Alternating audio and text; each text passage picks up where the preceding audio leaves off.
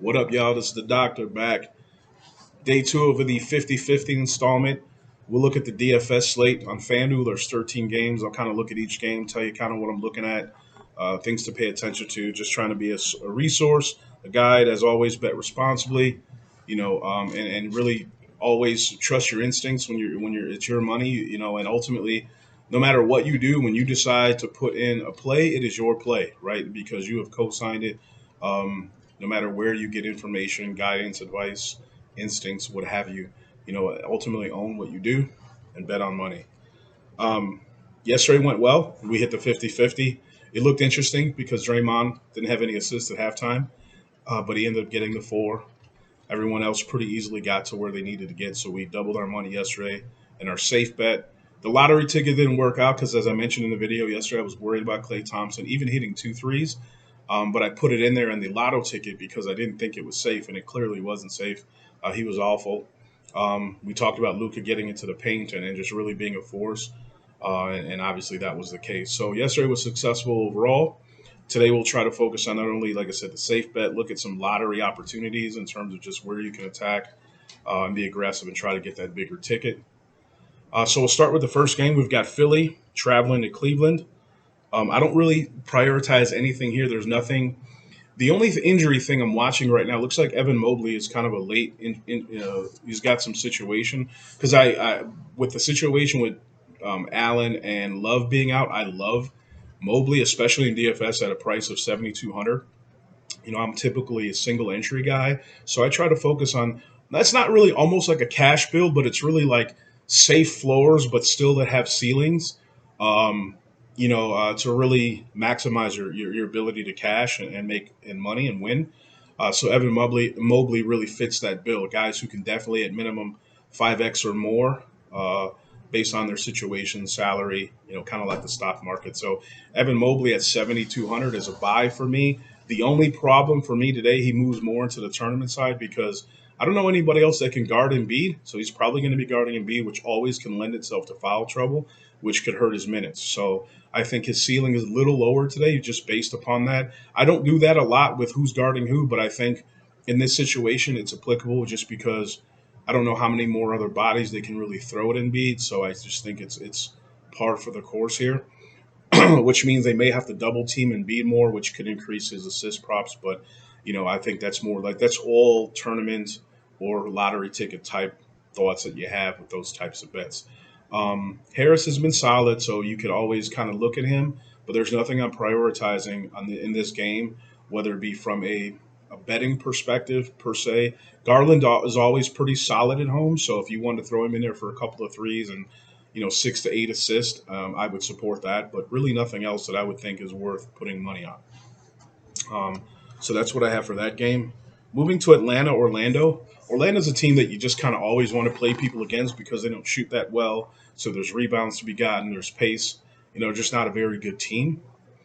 So that applies to Atlanta today from this perspective. I think one of the better, to me, tournament plays or just plays based on FanDuel's price is John Collins at 5,800.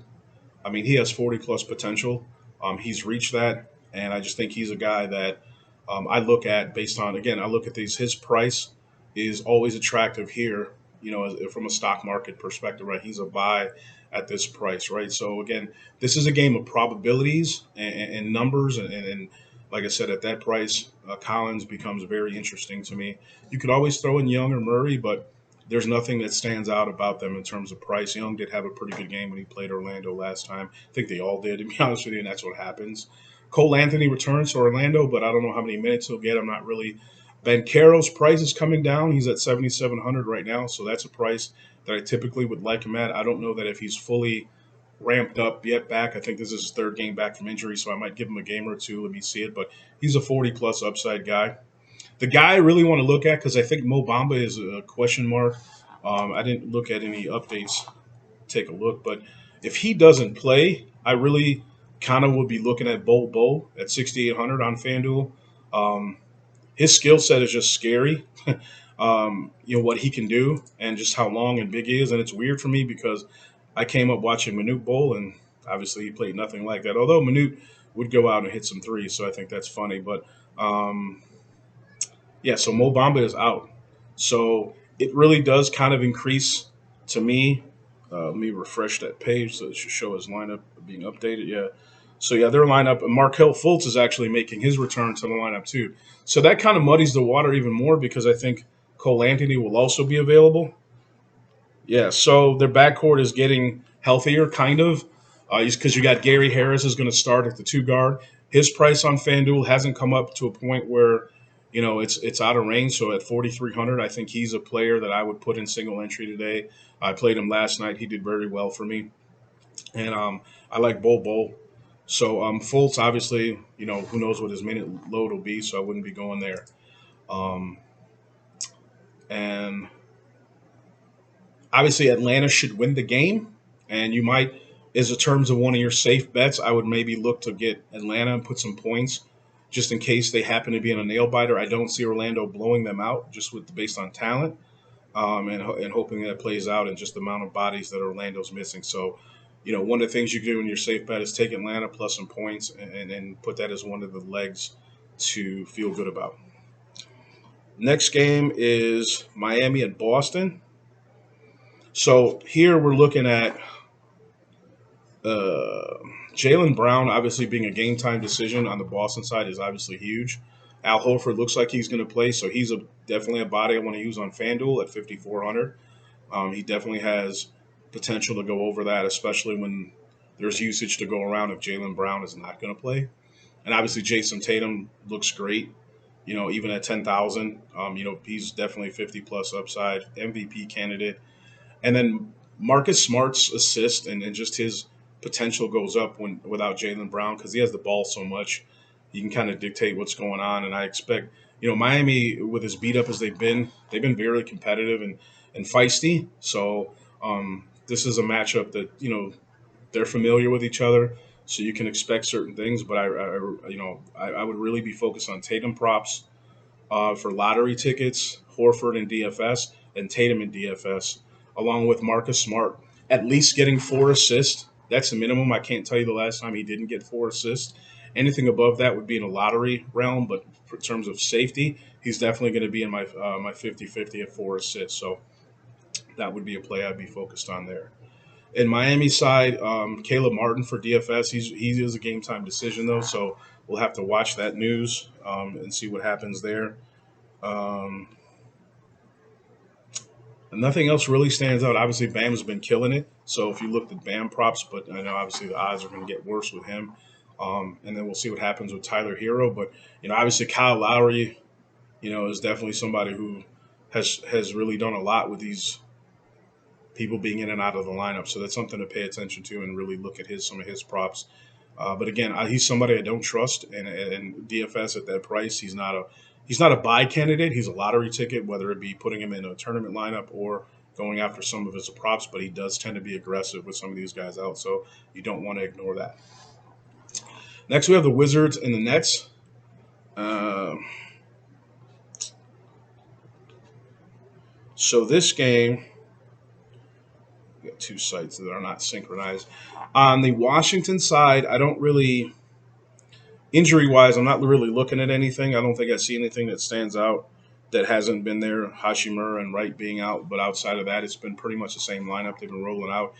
Porzingis went nuts the other day, so obviously he's priced as 40. At 88,700, you could play him. Again, I'm not prioritizing it. He has this kind of like volatile, but he definitely has a ceiling that you don't want to ignore. I've seen Kuzma to a lesser degree too. Avdia at 4,800 is definitely somebody you can put in your lineup, to me, in a single entry, especially if you're looking to save salary. There aren't a lot. I don't think there's a lot in that price range that I love. So he's just a guy who has shown the ability to get 30 plus fantasy points. I just don't know if today's the day against Brooklyn. He's on the road. Probably not something I'm gonna now in hindsight just kind of looking at. I'm not really in love with. Um, Nothing really props wise I'm in love with.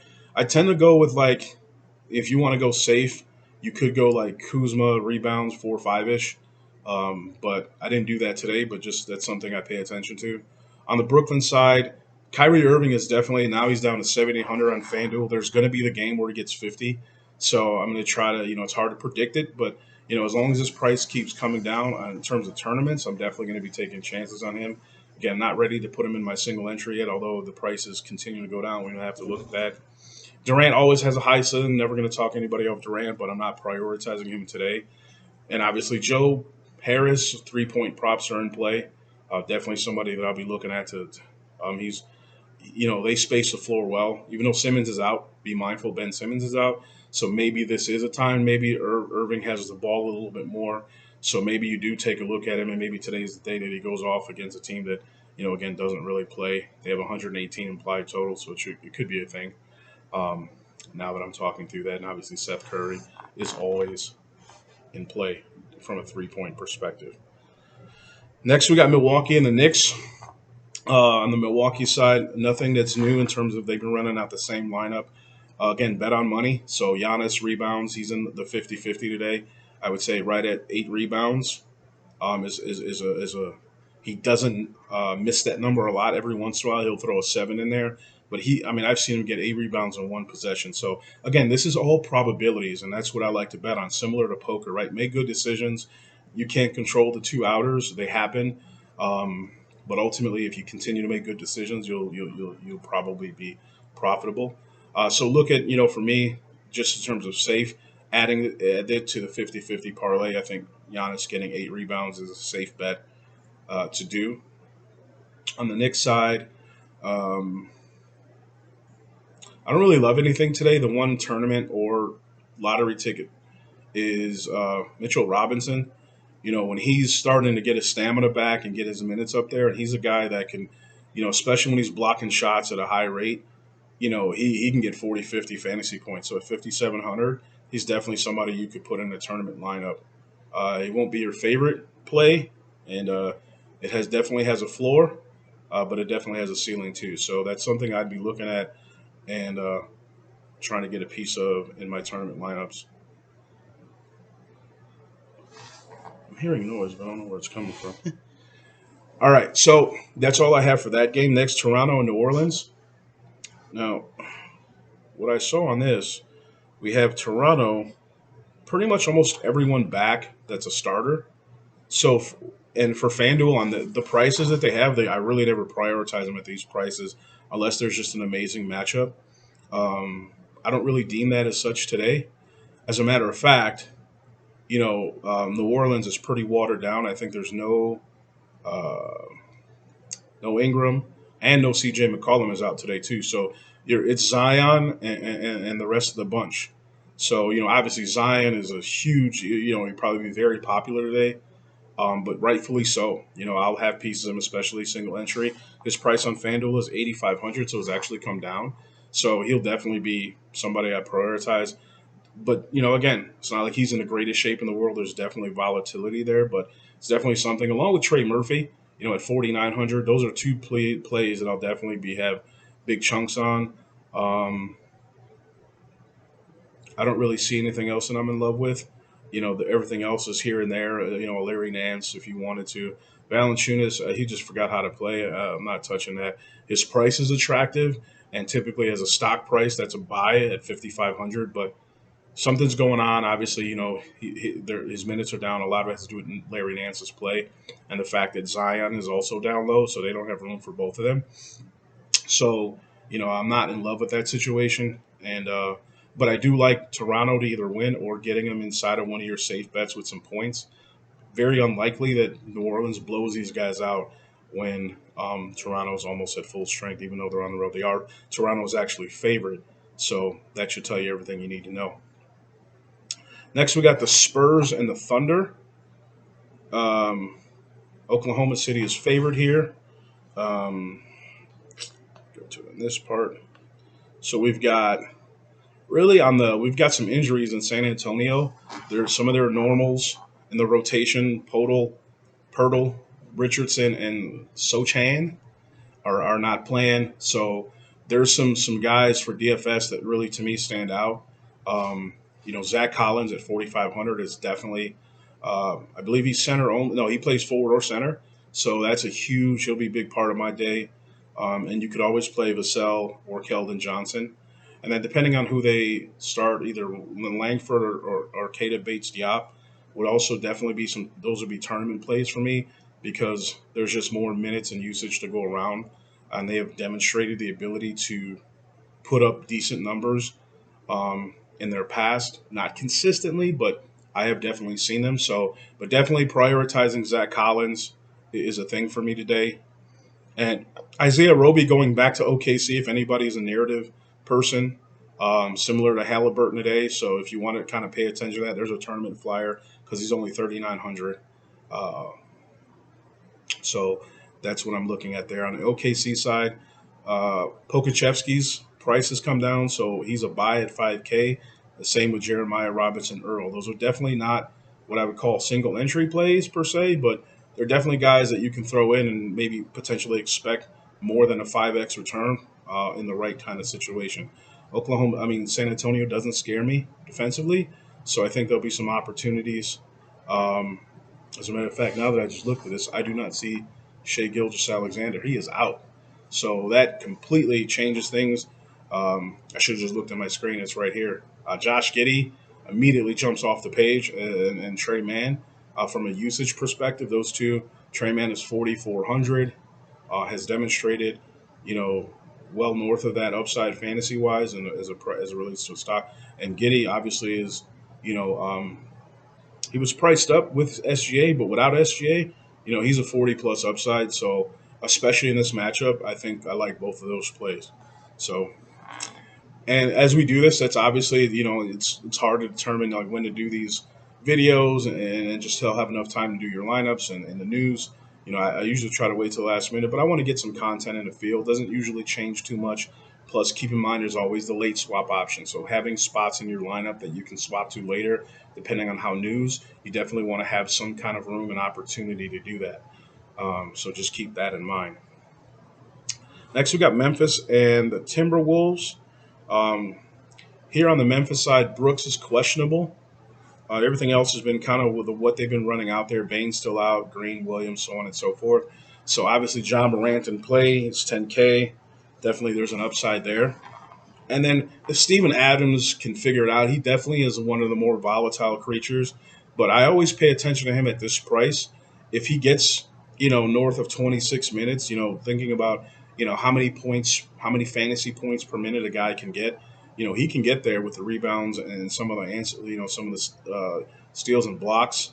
So, he's somebody that definitely I don't lose sight of, but he just his minutes. He's been injured, so there's a lot of up and down with him. So just be mindful of that.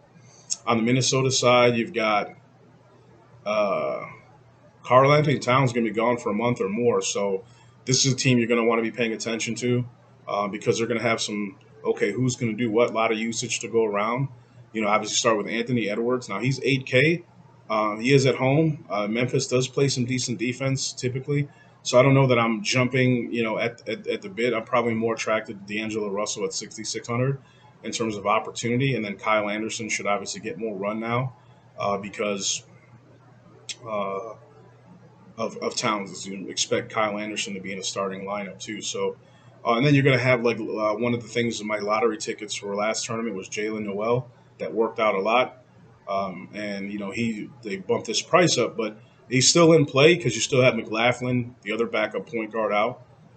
So, and then if Jalen McDaniels doesn't play, there's just more opportunities for people in the backcourt. And you could always play Edwards at the small forward and run some guards there. So they can get creative, which leaves room for Noel to get there and beyond. So really like Russell and really to compete.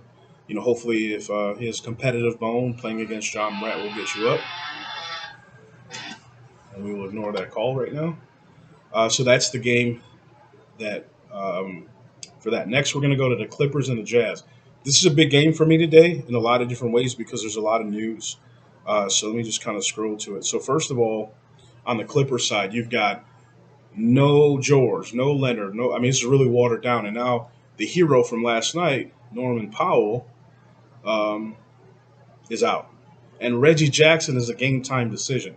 So you're really looking at the bottom of their roster. So I would be focusing on the Jazz in my aggressive tournaments to really cover a lot of points at home. From a safe perspective, I got them plus 4.5. I think again, I'm always again safe means safe, right? Going to be very hard for this version of the Clippers team to go, into Utah, who's really been playing tough ball, playing really disciplined, and playing well, to lose by more than 4 points at home. Portland decided to go to sleep yesterday in the fourth quarter, and still the Portland plus 9.5 was there, just because, that was the best case scenario for the Clippers, getting, Reggie Jackson and company and Powell getting hot in the fourth quarter. I think Blazers only scored like 15 points in the fourth quarter. I think they outscored them by 20 to win the game by like 6. So it's those type scenarios that I try to, play, guard against. And so this is a situation where I definitely love Utah at home, safe. I'll take a couple of points, but I definitely in my tournament or my lottery picks, I will definitely have Utah minus X amount of points, whatever you feel comfortable with. I think that's almost a lock for them to win the game today. That said, usage wise, from a DFS perspective, Marcus Moore should expect to have to score today, especially if Reggie Jackson doesn't play, and Robert Covington and Terrence Mann really become three priorities. I don't know that Zubac changes all that much. I don't know how much they're going to the post. He's still in play just because he does have a 15-15 potential. He's 6,900 on FanDuel, so again, not a price that I'm in love with, but it's something that you could look at, because they're down so much. John Wall should play, but again, his minutes haven't gone north of 25. I don't think, since this year. So I don't expect that to change today. It could, but I'm not betting on it. I think they're really being delicate with somebody that's delicate. So, but I love Covington and Terrence Mann and Marcus Morris, all at their prices on FanDuel. And if Reggie Jackson plays, I'm super in love with him. He might shoot 42 times. So don't expect this game to be close, to be honest with you. I think Utah gets off. And Colin Sexton at 5,100, I think today he has a big game. So I'll be putting him in some of my lineups. Markkinen should be back, so I like that. And Kelly Olynyk, FanDuel just refuses to raise his price. He is volatile, but he definitely has 35 point upside, 35 fantasy point upside. So at 5,600, he's definitely in play. I think he even got to 40 last game against the Lakers. So really targeting this game. Uh, my safe, you could again make Marcus Morris at 10 points, and taking Utah plus 4.5 is definitely something that I think I did in my 50-50. I definitely did the Lakers. I should have brought up, but it timed me out, so I'm sorry. Pull that up. Okay, next game. Again, it's 13 games, so that's why this is a little longer. Again, this is something that I want to go back and be able to watch. I don't mean to take you guys through it too long, because I know you got to build your lineups, and it's 6 Eastern. So I want to try to do these in a half an hour or less to give people the chance to follow along. So I want to be done and have it up by 6:30. Houston at Denver. They just played, so we've kind of got a blueprint already. On the Houston side, again, nothing really stands out. They're mostly priced up from when all these injuries are gone. Kevin Porter still in play, at 7,700 on FanDuel. He's got some upside. I just don't like this matchup, so I'm not really going to go there. I don't think really anybody in Houston I'm in love with today, prop wise or in terms of 50-50. There's always, some upside with Jalen Green scoring props, and that kind of thing, but that nothing I'm really, over the moon to play. And then on Denver side, Jamal Murray, I like him at 7,100. Obviously, I love Jokic. Anytime you get him under 11.4, at home especially. As a matter of fact, so he's at 6.5 rebounds. So the 50-50 bet is Jokic, 6.5 rebounds over, Nuggets plus 6.5. The Utah Jazz and the Clippers game, I talked about Jazz being plus 4.5, and I also did the under 241.5. I don't see those two teams really putting up, 242 points combined. The total in itself is 222, so I think it's pretty safe to go under 241. LeBron James to get 5 rebounds, and Giannis to get 8 rebounds. So that is actually the odds went down in that. I think. Let's go back. Yeah, I'm gonna have to add another leg to that, which will probably be Marcus Morris at 10 points. So those 7 occurrences should get you double your money, and thus, if I can add it in here while we're talking. But again, Jokic props, especially tournaments, triple doubles. I think he's definitely in play for that. You could look at that, but his assists and rebounds. Houston's not a great shooting team, so rebounds to be gotten, and so Jokic is there typically to get them. So I think 7 is a very safe number for him to get to. So feel free to add that to the mix. There was a piece of news, Shea Gilgeous-Alexander. So looking at Josh Giddey props, there could definitely be some safety in going after a modest number, whether it be his points. Obviously he's a great passer, so looking at some of his assist props, I might look to throw that in there to get the odds up because the odds went down on the one that I had. Thus, meaning it's probably pretty safe, but I need to get this in there and get these locked in. All right, Bulls at the Suns. Levine at 7,200 is a buy price by design. Don't love the matchup, so I'm not prioritizing it. Everyone else is probably where they should be, so I'm not prioritizing anybody.